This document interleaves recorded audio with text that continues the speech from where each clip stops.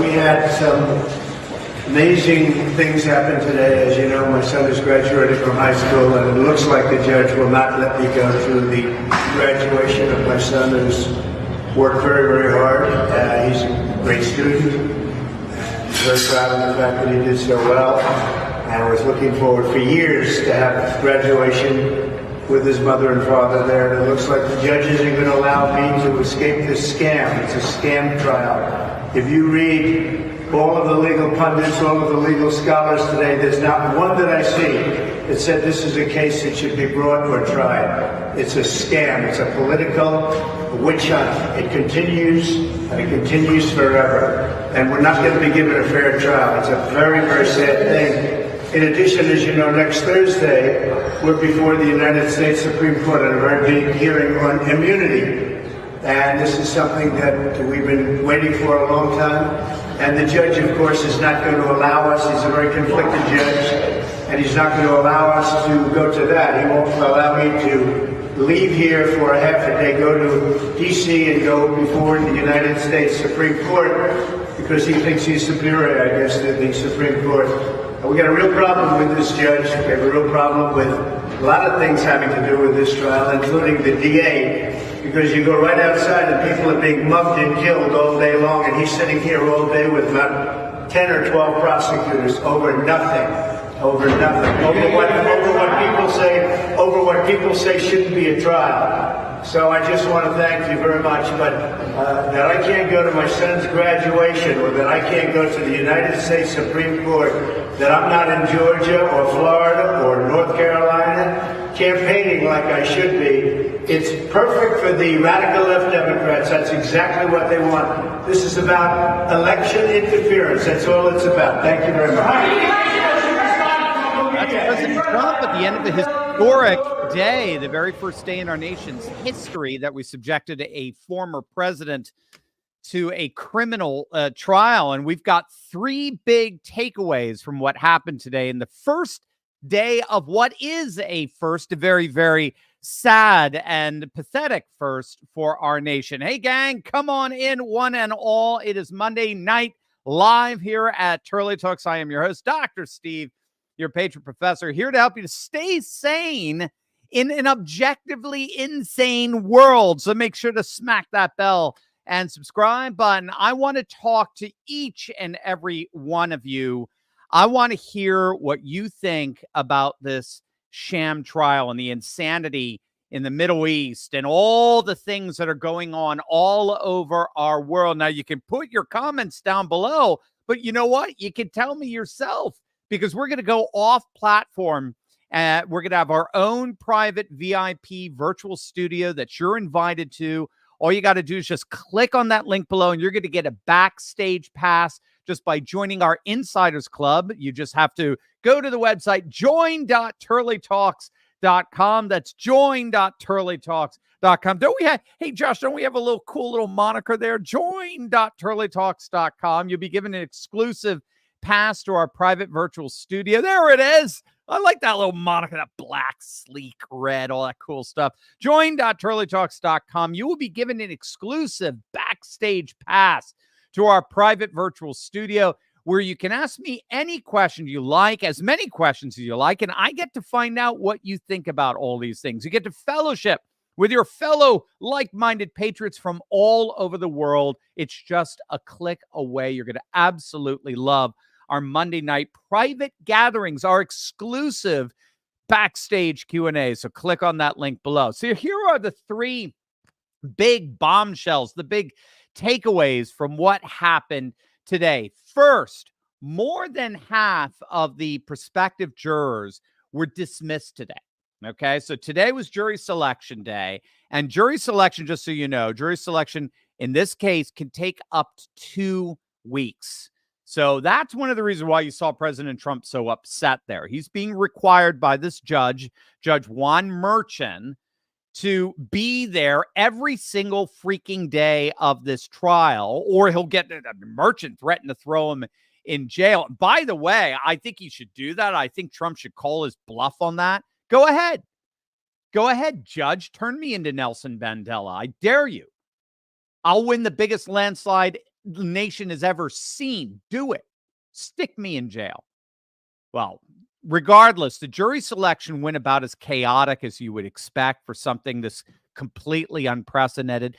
50 of the 96 jurors were excused because of their admitted partiality. Now, I want you to think about that. Okay. And so, in other words, these jurors admitted that they simply could not be impartial in this criminal case against Trump. At least they're admitting it. The 12 that ultimately get chosen, along with their alternatives, usually there's another dozen of the alternatives, they're just lying. At the very least, the guys who got thrown out today are being honest. And that's because everyone's got an opinion on Trump. Everyone has an opinion on Trump. There is no such thing. I mean, people talk about Trump can't get a fair trial in New York. He can't get a fair trial in New York. Trump can't get an impartial jury anywhere. He's the most famous man on the planet, for heaven's sakes. You know, I got to say, I think this is one of the reasons why no former president has ever been put in this position before. How on earth can you try a former president impartially? Seriously, how on earth can you possibly try someone the entire nation knows and has an opinion about impartially? Now, by the way, that could work to our advantage. Because remember, and I owe this insight to Red Eagle Politics. Remember, you just need one juror to say no in all of this, right? You just need one juror to come on out and say, nope, I think Trump's innocent. And this whole thing falls apart. So who knows? We might be able to milk this in our favor here. We might be able to see one of us make his or her way incandescently on the jury. But regardless, there's just, I mean, come on. There's just simply no way that anyone could even remotely be considered impartial when it comes to, could I be impartial? I mean, come on. So half of the jury pool is now gone. They're the honest ones. That's the first takeaway. The first takeaway is that this jury selection is about as chaotic as you would expect. And before we get to the second one, if you are just joining us, we are going to go off platform in a few minutes. We have our own private VIP virtual studio that you are invited to. There it is. Join.turleytalks.com or just click on the link below. You can ask me your questions. We can find you, talk with your fellow like-minded patriots, and find out exactly what you think about all this insanity. Get your backstage pass for our own private virtual studio just by clicking on the link below or going to join.turleytalks.com. The second big takeaway is that the legacy media are active participants in this witch hunt. Now, I know we all knew that. When I thought about, there's a bunch of takeaways. When I thought about this one, I was like, I don't know. I mean, we all know that, but I'm sorry. I got to play this clip for you. All right. We saw just how pathetic the legacy media really is on this. This is Maggie Haberman of the New York Times. She's covering the trial. Take a look at this.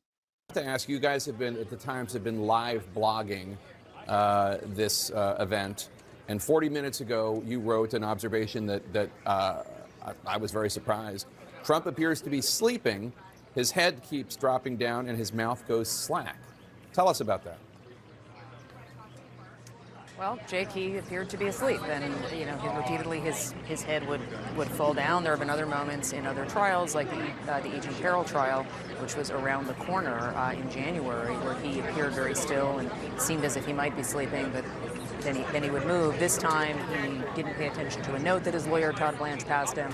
His jaw kept falling on his chest, and his mouth kept going slack. Now, sometimes people do fall asleep during court proceedings, but it's notable given the intensity of this morning and a lot of what was being argued. Yeah, that's rather surprising. What was the left-wing lunatics disguised as journalists in the legacy media?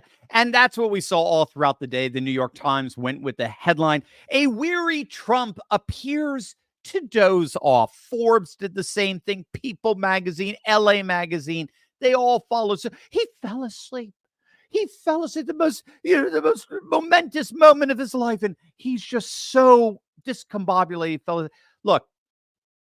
Look, very clearly we can see today, and I got to tell you this, gang, let's just be blunt. We're going into 2024 now. It is hot. We're 6 months away. The legacy media cares nothing about truth. Make sure you just drill that into your head. They care nothing about truth. They care nothing about actual legal legitimacy. Otherwise, they'd be laughing at this trial. They care about one thing and one thing only, and that is making Trump look bad. That is their job. This is all a massive effort by the powers that be to dissuade millions of people from voting for President Trump. That's what this whole operation is about. This is the single biggest case of election interference we have ever seen in our nation's history. Forget that Trump can't hit the campaign trail for the next several weeks. Forget that, right? That's Little League. It's the coordinated effort between the judicial system, the political establishment, including Rhino Never Trumper Republicans. Remember, this is only happening because Republicans are allowing it. This is only happening because Republicans are allowing it. Where's Mike Johnson? Where's Mike Johnson? Where's the entire unified Republican Party to say this is election interference? Where are they? No, we're going to let the process play out. So this is a coordinated effort by the political establishment, the judicial system, and the legacy media to deliberately try to save this nation from Trump 2.0, just like what they did back in 2020. This is a banana republic operation. This is as banana republic as it gets. So seriously, gang, don't forget, pay absolutely no attention to anything that comes out of those serpentine mouths of the legacy media, because whatever is coming out of their mouths is designed for one purpose and one purpose only, and that is to make Trump look bad. What they're doing is they're reporting this witch hunt against Trump. They're trying to pretend they're objective, right? In other words, as far as the media is concerned, they want you to believe that they're over here and what's happening to Trump is over there. And they're reporting it. They're over here and what's happening to Trump is over there. When in point of fact, the two are one. They are active participants along with the weaponized judicial system to try to bring Trump down. This is what I never understood the George Stephanopoulos interviews. I never got it. I never understood the way, Republican politicians would sit there and when he said, well, what's your, or anyone, it doesn't even have to be Steffi, anybody. What's your evidence that the election was stolen? What's your, those are false claims. What's your evidence? You're acting as if you're not part of it. You're acting as if you're acting as if the election is over here and you're over there. And you're saying, okay, convince me that over here there was election interference and fraud and so forth. The assumption is, the setup is you've got the election over here and the legacy media over here when they were active participants in the election. They were active participants in what actually happened. So, of course, you're not going to convince them there were any shenanigans. Of course, you're not. It's their job to run cover for the shenanigans. So we got half the jurors kicked out today. We got the legacy media showing their cards right away, playing an official part of this witch hunt. The third big takeaway is that the DA's office is pushing this judge to fine Trump $3,000 for every single violation of the court's unlawful gag order that he commits. So remember, even the creepy porn lawyer, Michael Avenatti, right? even from from the pit of jail, even he's admitting that this judge is acting radically unconstitutionally. Even Avenatti pointed out that it is the epitome of hypocrisy to allow Michael Cohen and Stormy Daniels and to do countless TV interviews, post on social media, make money on bogus documentaries, have the entire Democratic Party make comments about Trump in this case and the like. But Trump is gagged to respond. And he's threatened with jail if he responds, which, again, I think you should call that bluff. It's easy for me to say, of course. It's insane. Again, it's a blatant election interference to gag a candidate for the president of the United States. This is something that third world nations do. And where's the legacy media and all of that? They're hunky-dory with it. That's fine. Can you imagine? Can you imagine Trump as president? I don't know.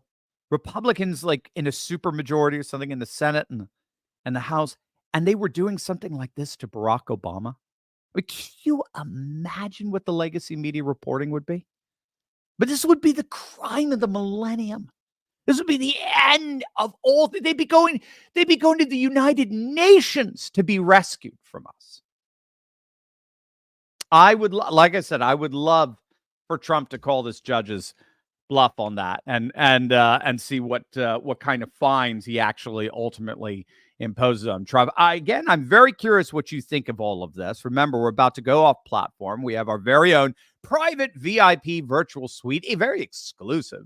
You're invited to it, and you're going to get your backstage pass simply by clicking on that link below and joining our Insiders Club. Or you could just go to join.turleytalks.com.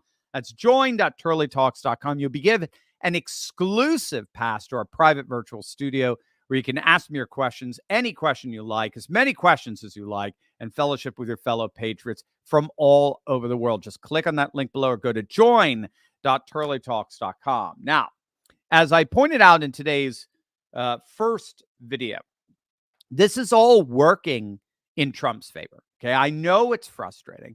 I mean, being amongst insanity, it's like being around cacophonous sound, right? It's vertigo inducing. So I get it. I mean, being in an insane asylum makes you start to go insane. I get it, right? But don't despair. Tomorrow I've got a video lined up. It's our first one on the latest swing state polls that just dropped today, gang.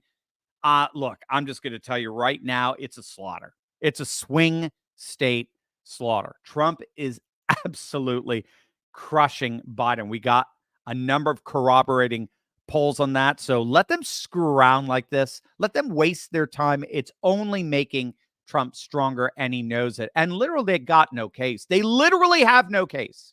Again, my namesake, Jonathan Turley, has said this. He said everything about this case is legally absurd. Everything about this case is legally absurd. I mean, it is literally the definition of absurdity. So Bragg shouldn't even be trying this case. It's a federal case. And the reason, it's campaign finance violation, which is a federal crime. And the reason why it's a federal case, the reason why they went with a campaign finance violation, which, by the way, is very, very hard to prove. So obviously you need a radically biased jury. So hopefully we're going to have one of ours to go, nope, I think he's innocent. And then they're all like, what? Now it's a mistrial, darn it. But anyway, the reason why it's a campaign finance violation and a federal crime in the first place is because the statutes of limitations ran out on the state misdemeanor charge that Trump would normally have been charged with. So they missed the deadline to charge him with a misdemeanor. And so the only possible charge they could have is if they bootstrapped the charges and turned them into a federal charge. Even the Justice Department, which handles federal charges, federal court cases, even though the Justice Department refused to prosecute this case after looking at all the evidence. I mean, you can't make this. So this whole case is absolutely procedurally insane. And yet this judge is willingly going along with it, entertaining this hoax. and as is the legacy media. Now, one last thing before we switch on over to our exclusive private virtual studio, which you can sign up for by going to join.turleytalks.com or just clicking on the link below. But one final thing here is that if none of this makes any sense to you, you're right. If all of this really does appear to make no sense whatsoever, you are right. And I mentioned in our first video today a scholar by the name of Zayuddin Sardar, and this concept he refers to as post-normal times. He's a Pakistani scholar. He's very, very bright, very fascinating. And he's in many ways, he fits very much into the whole paradigm that we use to understand what's going on in the world today. But according to Sardar, we are living in post-normal times. Write that down, post-normal times. Now, what he means by that is we're living at a time in between. We might even call it betwixt and in between. It's very similar to the cultural Marxist philosopher and Antonio Gramsci's concept of the interregnum period. It's very much the same, but Sardar develops it more with scholarly and theoretical integrity. What he's talking about in this sort of these post-normal times is it's a period of time in between the end of an era and the beginning of an era. Okay, so it's in between the end of an era, which Sardar would argue is modernist liberal globalism. He believes the Enlightenment is dead, modern liberal globalism is dying, it's falling apart. So the good news is liberalism's dead. Believe it or not, all this is actually revealing the fact that liberalism is dead and dying. It's dead philosophically, dying institutionally. So we're at the end of one world paradigm, one world order. But we have yet to see the full rise of a new paradigm, which will restore order, a new order in accordance with that paradigm. And that paradigm, like we talked about earlier this morning, is what scholars are increasingly referring to as civilizational populism, the rise of a new nationalist, populist, and civilizationalist world as a backlash against the old modernist liberal world that our ruling elite is desperately trying to cling on to. So we're in between. Another way of putting it is we're in between the no longer and the not yet. And so what that means is while the old orthodoxies are dying and new ones are yet to be born, in this interim period, few things are going to make sense. That's Sardar's conclusion. Nothing that we've depended on in the past is going to be reliable for making sense of what's happening now. Right. So that's why, again, we keep saying, oh, the Democrats cross another Rubicon. The Democrats cross another. This is another first. This has never happened. Get used to it. Get used to it, because that Rubicon is basically dead. It's gone. Everything, in effect, is falling apart. Everything from the past is falling apart. But, and this is very important, gang, this is very important, it's falling apart precisely because a new world, a new political, economic, and cultural paradigm that is very, very conservative is rising.